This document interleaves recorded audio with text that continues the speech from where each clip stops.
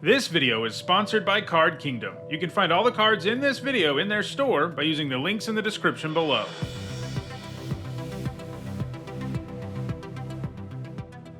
Hi everyone, I'm Hone, and it's time for another MTG Top 10, the series where I usually rank cards based on their historical performance and Magic's highest level of competition.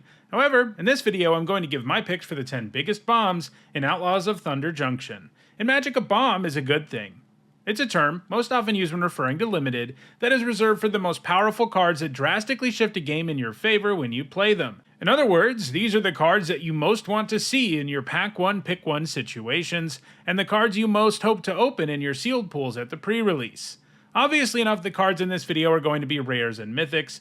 It's unusual for bombs to appear at lower rarities, so if you'd like to hear my thoughts on cards other than the best of the best, check out my set review for this format, where I discuss every single card. I did choose to exclude cards from the bonus sheets in this video and instead stick to the main set, as you're far more likely to see these. Alright, without further ado, let's dive in with a look at the 10 biggest bombs in Outlaws of Thunder Junction. At number 10, I've got Salala, Eager Trailblazer. Obviously, a 4-mana 4/5 with Vigilance is a great starting point, but what really makes her a bomb is her ability to generate creature tokens. Adding a token to every creature spell you cast might seem like kind of a small thing, but it really isn't. It makes each of your spells way better, and because this format has plot as a mechanic, you're far more likely to be able to play Salala and then immediately play a creature so that you can make sure to get that token of value out of her. Her ability to generate mana is going to come up a lot less, but it's extra value on a creature that's already incredibly powerful and going to take over any game when she gets cast. At number 9, I have the Gitrog, Ravenous Ride. A 5-mana 6/5 with Trample and Haste is pretty amazing. It's likely to get in there with a great swing the turn you play it, and your opponent is very unlikely to be able to successfully take the Gitrog down in combat. If things ended there though, it wouldn't be on the list. What really pushes the Gitrog into crazy bomb territory is its saddle effect. When the Gitrog Ravenous Ride deals combat damage to a player, something it's going to do pretty easily thanks to the combination of Trample and Haste, you have the option of sacrificing the creature that saddled it. If you do, you draw X cards and put up to X land cards from your hand onto the battlefield tapped, where X is a sacrificed creature's power. That land part doesn't come up a ton in Limited, but just drawing a bunch of cards is a really big deal. The Gitrog is likely to put your opponent on a very quick clock, and if he can't kill your opponent on its own, the Gitrog is likely to put your opponent on a very quick clock, and in the event he's not able to finish off the opponent on his own, he's going to find you more cards that probably help you get there. At number 8, I've got Ornery Tumblewag. Obviously, Grey Ogre stats aren't the greatest starting point, but Ornery Tumblewag will almost always immediately deliver some value because when you go to combat, it puts a +1/+1 counter on a creature. It can even put the counter on itself. Most of the time, it's actually better to put the counter somewhere else so that if your opponent does remove the Tumblewag, you still got some value out of it. If things ended there, this would still be a bomb, although it probably wouldn't be on the list. As with the Gitrog, what really pushes Ornery Tumblewag onto the list is its ability to do something extra when it gets saddled. And that is that it can double the number of +1/+1 counters on a creature. It can do this to itself, provided you put some counters on it, that will be worth doing, but if you have something else that's big, putting the counters there makes sense too. Ornery Tumblewag delivers value right away and can quickly snowball and win you many games. At number 7, I have Railway Brawler. This is another creature that starts with great stats as a 5-mana 5/5 with Reach and Trample.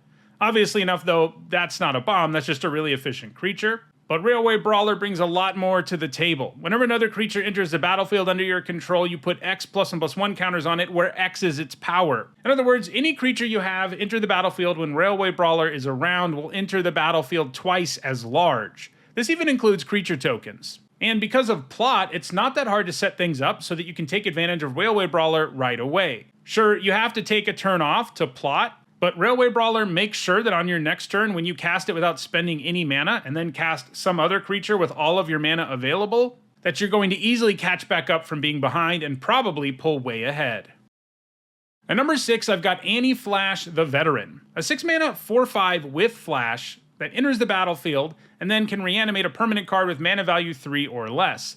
It does enter the battlefield tapped, but that doesn't change the fact that you get a 2-for-1 when you cast Annie Flash, and things might go even better than that because if you flash her in and ambush block a smaller creature, which there are going to be a lot of, a 4/5 is pretty sizable, then you're already looking at a potential 3-for-1. But things get even stupider from there, because if you get to untap and then you attack with Anti-Flash, you get to exile the top 2 cards of your library, and you can play both of those cards. So she can generate tons and tons of cards of value between the ability to flash into play, between her ability to reanimate something, and the ability to effectively draw you cards. Even if she dies on that first attack, you're going to have so much value that your opponent has no hope of ever catching back up. It's also worth noting that you can use her to saddle mounts or crew vehicles without actually putting her into harm's way, which in some cases might be the best thing to do.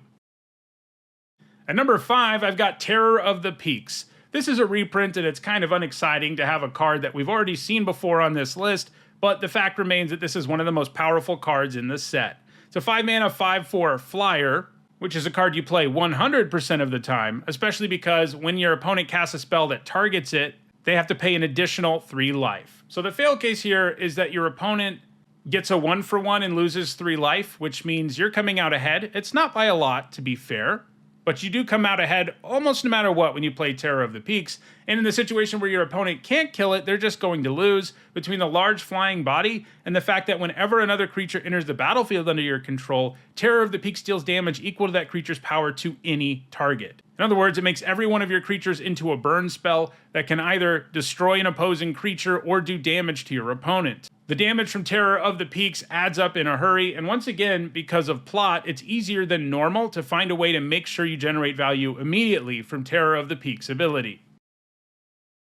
At number 4, I have Final Showdown. So the absolute ceiling on this card is that you spend 7 mana for an instant speed Wrath that doesn't kill your best creature. Anytime you resolve it that way, you're pretty much going to win the game. It can also shut down all abilities, and that means if your opponent has creatures that would normally somehow survive this, or creatures that would do something when they die, you can also shut that off, although obviously it costs an additional mana.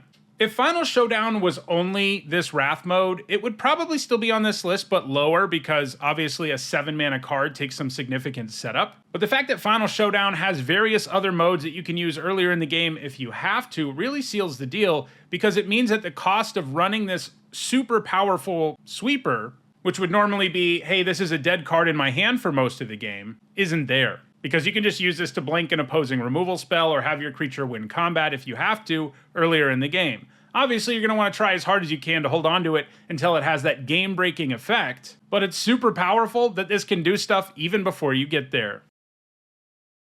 At number 3, I have Bonnie Pal Clear Cutter.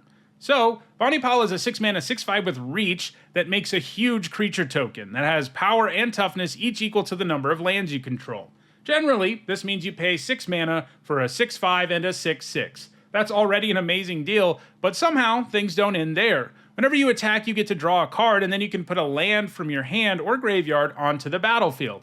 Obviously, that's good news for your Ox token, but importantly, Bonnie Pal doesn't only count itself or its Ox friend. The turn you play it, you can attack with something and immediately draw a card. So you're already looking at 3-for-1 territory, and then on the next turn, your opponent is going to have to look down 2 incredibly large creatures while you get to draw yet another card.